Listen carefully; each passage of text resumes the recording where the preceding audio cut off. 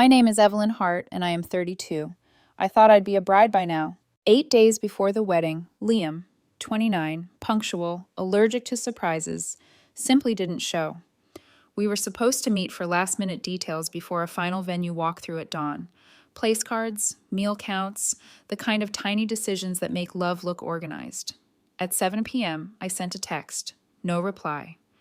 At 8 Hunquak, I called, got voicemail. Odd. Liam lived by his calendar. His phone was usually fused to his palm like a second heartbeat. By 9, the gut knot started twisting. I called again. Voicemail. I tried Amber, his sister. No answer. I tried his parents, Margaret and Christopher. Worried voices, no updates. Midnight found me pacing in a circle of my own failed calm, calling friends, driving past his apartment, seeing the dark windows and the empty curb where his car should be. Liam had many faults. He overthinks, he defers hard conversations, but disappearing wasn't one of them. The next 24 hours blurred like rain on glass. Hospitals. A missing persons report that felt surreal the moment my name scraped the paper. His family was unraveling. I occupied a narrow ledge between terror, something awful has happened, and a colder dread I didn't want to name, because the mind starts writing ugly drafts when no one answers. On day 3, the police found him. Safe. Staying with an old friend, the officer said, voice neutral. 3 hours away. Relief hit first, a ragged inhale, then a cold, bright shock. An old friend? Why not call? Why not tell me or his family? When I asked to speak to him, the message came back like a locked door. Liam wouldn't talk to me. He needs space. Space. A week before our wedding. My brain stalled the way a movie does when the projector jams. No note, no text, no email. 5 years of planning a life together, registering for a future, arguing over florals and cake tears, and then silence. That's when certainty arrived, not with drama, but with a merciless, clean edge. If a person can do this, they can ask for anything afterward and expect you to say yes. If a person can vanish, they believe forgiveness is an eraser. I started making calls. Venue, canceled. There went the $5,000 deposit. Caterer, gone. $3,500. Photographer, sympathetic voice, firm policy, $2,000 lost. Florist, initial deposit paid, the balance scheduled for Liam's parents to cover later. The contract language read like a slow bruise. DJ, cake, honeymoon flights, resort, non-refundable. Each call a hammer tap, chipping away at the future we'd sketched in pencil as if it were permanent ink. The financial hit I had personally paid or was immediately liable for added up fast, about $15,000. Liam's parents had bought his suit and promised to directly cover the bulk of the floral costs later with the florist, but the initial booking deposit for the flowers had come out of my account. The math wasn't abstract. It sat in my chest like a cinder block. The hardest calls were to people who loved us. The wedding's off, I said to friends, to my mother who cried quietly, to my father who asked the one question no one could answer, Evelyn, what on earth happened? I told him the only true thing. I don't know. Then there was the ring, a 1.5 carat cushion cut, vintage-inspired piece that looked like it had been rescued from a black and white film and set down in my palm. Liam had proposed under a canopy of fairy lights. I'd said yes with a laugh that sounded like a new future opening. The ring had cost over $13,000. I took it to a reputable jeweler and sold it for $7,800. Less than I'd hoped, more than I'd feared. The money went straight into my account, a partial offset against the $15,000 that had evaporated in a week. It barely scratched the surface, but it was something. It was also a line in the sand. I boxed Liam's things, his sweaters folded by muscle memory, the ceramic mug he loved, the Polaroids from a beach weekend, that silly carnival bear we once won together. Labeled everything and stacked the boxes near the door. People say grief is loud. This wasn't. It was quiet and methodical, like moving a library at night. 5 days after the police confirmed he was fine, there was still no word from Liam, no apology, No explanation that wasn't filtered through strangers. Ghosted his own wedding. Ghosted me. Anger felt cold, not hot. Clarity, colder still. How do you come back from this? You don't. You draw new borders around yourself and defend them. A shard kept turning in my thoughts. The old friend the officer mentioned. 3 hours away, the very direction of Sandra's city.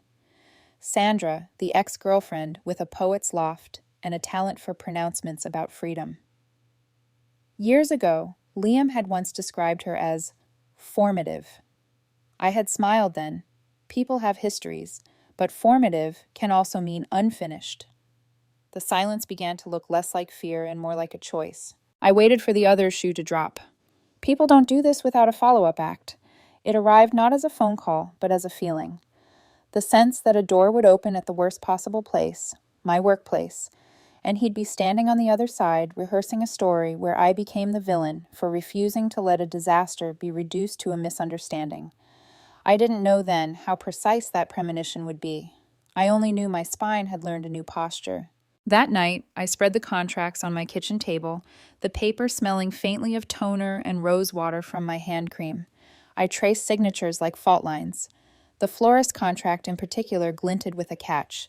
When I canceled, the 50% cancellation fee on the balance Liam's parents had agreed to pay became my legal responsibility because I'd made the initial booking. $1,400 for a thing that would never exist. Flowers that would never be cut, arranged, or photographed. I opened a clean spreadsheet and started cataloging the damage. The numbers steadied me. Venue, caterer, photographer, florist, flights, resort. The ring sale logged as a partial offset. The truth lined itself up in cells and totals. Not a weapon, yet. More like a compass. I didn't want revenge. I wanted reality. And reality, entered carefully, is hard to argue with. When I finally shut the laptop, the apartment sounded like a held breath. I stood at the window and watched a couple in the courtyard below split a paper umbrella and laugh into the rain. The life I thought I had was gone. But the person I needed to be was arriving. Less decorative, more deliberate. I rinsed a glass, turned off the kitchen light, and let the room go dark around me. In the dark, I could see the outline of the next day, and the day after that, and the one where a man would show up asking me to pretend none of this ever happened. I wouldn't. Not again. Not ever. The other shoe dropped on a Tuesday. I was in the middle of a project meeting when my colleague Nadia poked her head through the door. "Evelyn, sorry. There's someone in reception asking for you. Says it's urgent." I excused myself, irritation blooming behind my ribs. Urgent. The word had become code for chaos lately. The hallway lights hummed. My heels clicked across the polished floor, echoing through the glass atrium. When I turned the corner, there he was, Liam. He looked like he hadn't slept in days. Pale, unshaven, eyes red as if grief were a cosmetic. For a moment, the world pinched in on itself, collapsing time. All I could see was the man who once traced circles on my wrist and said he couldn't imagine a life without me. "Evelyn," he said softly, voice hoarse. He tried to step closer, but I held my ground. "What are you doing here?" "We need to talk," he whispered. "Please, it's all been a mistake." A mistake. That was his word. Like we'd mixed up appointments or lost a receipt. Ghosting me, your family, a week before the wedding, refusing to answer calls, letting me file a missing persons report. That's not a mistake, Liam. That's a decision. He flinched, then ran a hand through his hair. I freaked out. Sandra said some things. I just panicked. There it was. Sandra, the ex who'd always lingered like a half-remembered song. "So you ran off to your ex's place for 3 weeks and didn't tell a soul?" He swallowed. "I didn't know how to face you. I was ashamed."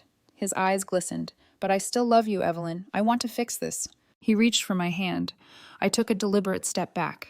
"Fix this?" The disbelief came out flat, precise. "Liam, there's nothing left to fix. It's over. I canceled everything." His face crumpled.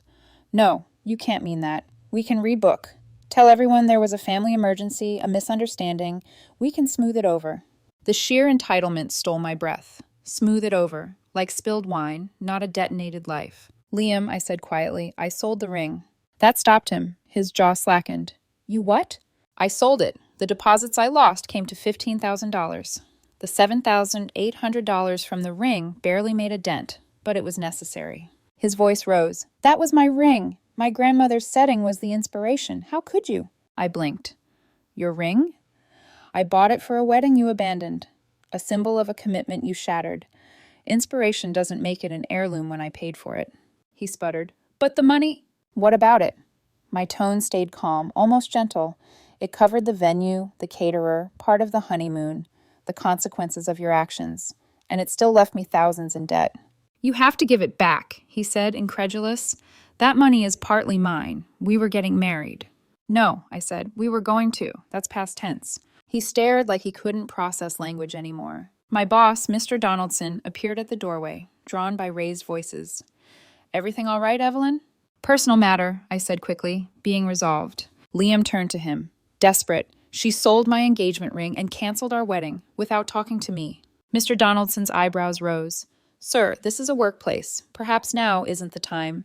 Liam, I cut in, you need to leave. He shook his head, voice cracking. But what about my parents? The deposits they paid? Your parents paid for your suit, I said, measured. They were supposed to pay the florist the remaining balance directly, but they hadn't.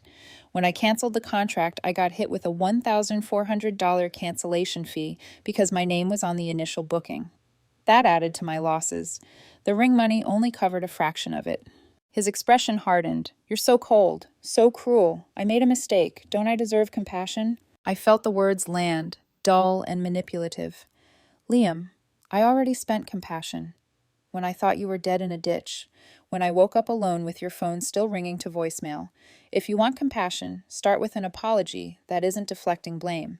And stop showing up at my job demanding money for a ring you forfeited when you fled.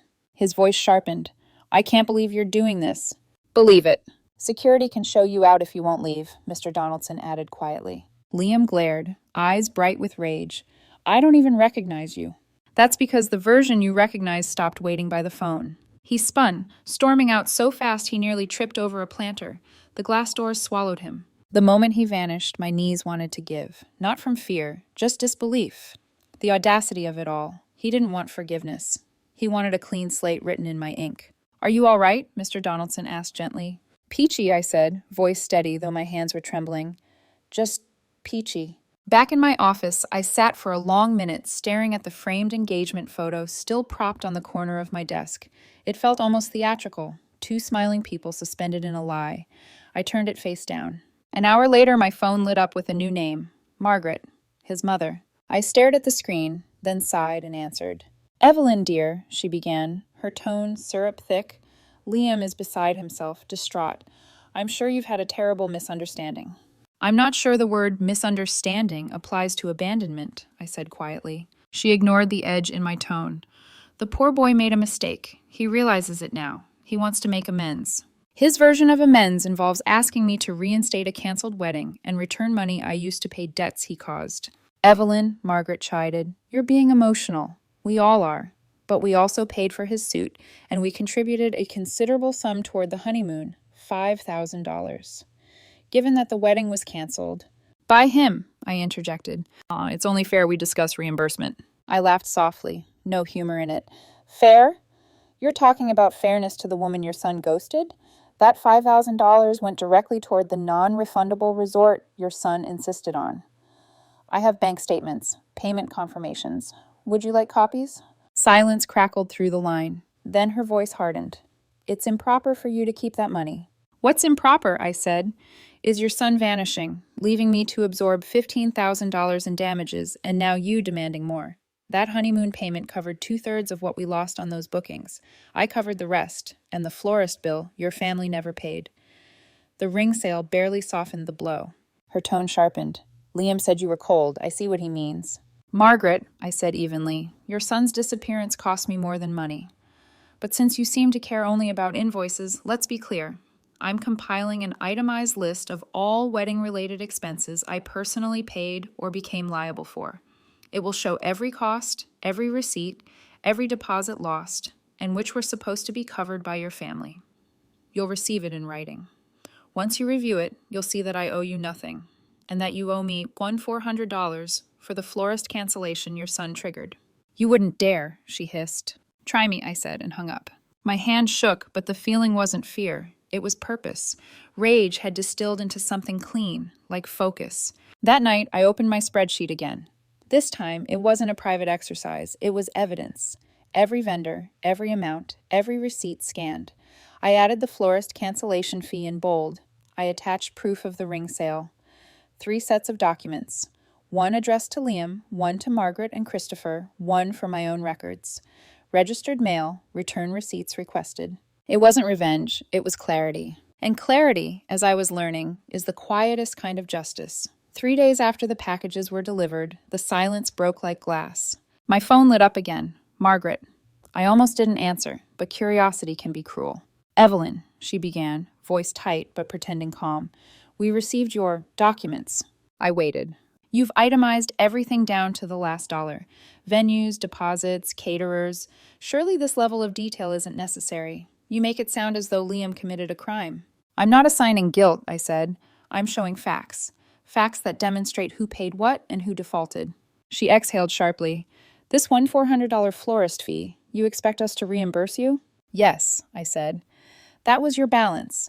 Your family agreed to cover it, but when the wedding was canceled, the florist charged me the 50% cancellation because my name was on the initial booking. I paid it out of pocket. That's outrageous. What's outrageous, I replied evenly, is being abandoned before a wedding and still ending up paying for flowers that never existed. There was a long pause. I could almost hear her eyes narrowing through the phone. You're trying to make us look bad, Evelyn, as if we took advantage. I'm not trying to make you look anyway, I said. The numbers do that themselves. Her tone chilled. Liam said you'd grown bitter. It's true then. Margaret, I said quietly, I grew boundaries. That ended the call. Later that evening, I received a text from an unfamiliar number. Amber, his sister. Mom and Dad got your spreadsheet. So did Liam. There's chaos here. Just wanted to say, I'm sorry, you didn't deserve any of this. I stared at the message for a long time, then typed back. Thanks, Amber. I appreciate that. That tiny exchange felt heavier than all the rest combined. A small crack in their family's facade, proof that someone had seen the truth. The next morning, a voicemail appeared. Not from Margaret this time. From Christopher, Liam's father. Evelyn, his voice said, measured, almost weary. I've reviewed your paperwork. It's thorough. I wasn't aware of the florist situation. That's on us. You won't hear any more from Margaret. I'm sorry for what my son put you through. No offer of reimbursement, but the apology was something unexpected, a glint of decency where I least expected it. Still, the financial hole remained. $15,000 in lost deposits, $7,800 recovered from the ring, $1,400 spent to cover someone else's negligence. Net result? Still deep in the red. But the spreadsheet wasn't about money anymore. It was proof of sanity. A week later, gossip began leaking back through mutual friends. Liam had told people I'd overreacted, that I'd canceled out of control. Others said he claimed I'd been controlling, that he'd escaped. And yet, after his dramatic office visit, no one was buying it. Too many witnesses had seen his meltdown. Too many people had seen my composure. The version of me in his story didn't match the version standing calmly in the reception lobby telling him to leave. That contrast did the work for me. One friend called to say she'd overheard someone defending me. You handled it like a CEO, she said.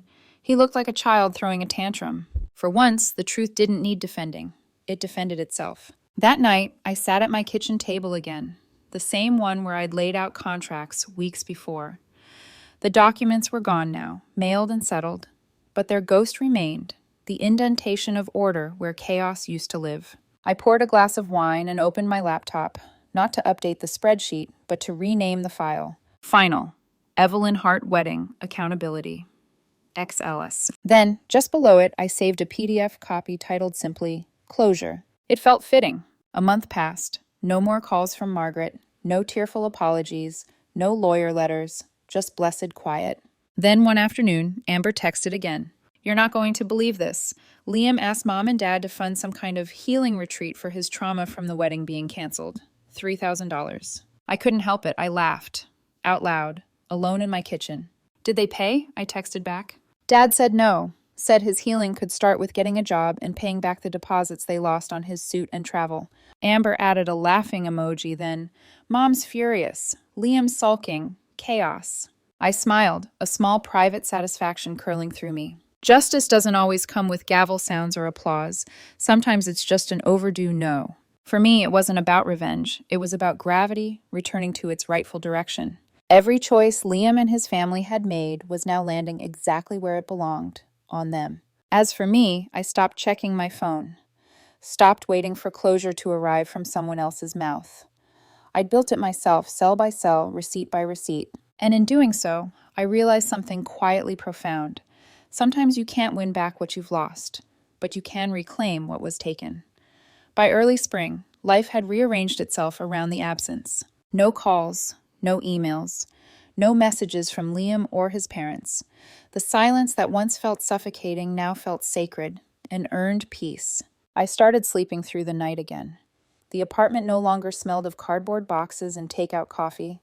I'd sold our old couch, the one where he'd proposed, and replaced it with a smaller one, just big enough for one person to sprawl without compromise. Small victories became anchors, morning runs, a new haircut, cooking for one and realizing it wasn't lonely, just quiet. At work, Mr. Donaldson stopped by my desk one afternoon. "That situation a while back," he said, clearing his throat. "You handled it professionally. Not everyone could have done that." "Thank you," I said, and I meant it. Because professionalism, in the end, wasn't about poise. It was about surviving humiliation without letting it stain your future. I began seeing the world through a sharper lens. Friends I'd neglected called again, cautiously at first, then more often. We went out, laughed. The laughter came easier than I expected. One night after dinner, Amber messaged again. "Quick update. Liam's job search isn't going great. He's living back home. Mom's still trying to rewrite the story. Dad stopped listening. You might have started a revolution." I replied, "Not a revolution, just a spreadsheet." She sent back a string of laughing emojis, then a final message. "For what it's worth, I think you saved yourself." And maybe that was true. Because the story didn't end with revenge or some cinematic confrontation. It ended with silence. Mine. A deliberate, steady silence that said, "You don't get to narrate me anymore." There were nights when the old ache flared up, a flicker of what might have been, but it passed quicker each time, replaced by something cleaner. Gratitude, maybe, that the truth had revealed itself before vows were spoken. I stopped checking mutual friends' social media. I deleted the wedding folder from my desktop. The spreadsheet remained, though, archived, not out of spite, but as proof that I could face chaos and make it orderly. When I opened it months later, just once, the rows looked different, not like losses anymore, like boundaries written in numbers. That document wasn't about money. It was about the moment I stopped begging for fairness and started defining it. Sometimes healing doesn't look like forgiveness. It looks like balance sheets closed, names removed from guest lists, hearts returned to inventory. I stood at my window again one night, looking down at the same courtyard where a couple once shared an umbrella in the rain. The light shimmered across the wet pavement. I thought of the girl I was, the one who waited by the phone, the one who apologized for other people's choices.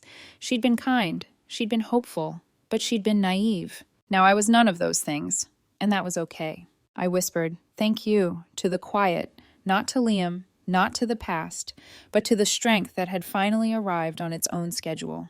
Because survival wasn't loud. It wasn't glamorous. It was the sound of a door locking behind you, the steady hum of peace, the heartbeat that no longer raced for someone who didn't stay. And for the first time in months, I smiled, not out of victory, but out of freedom.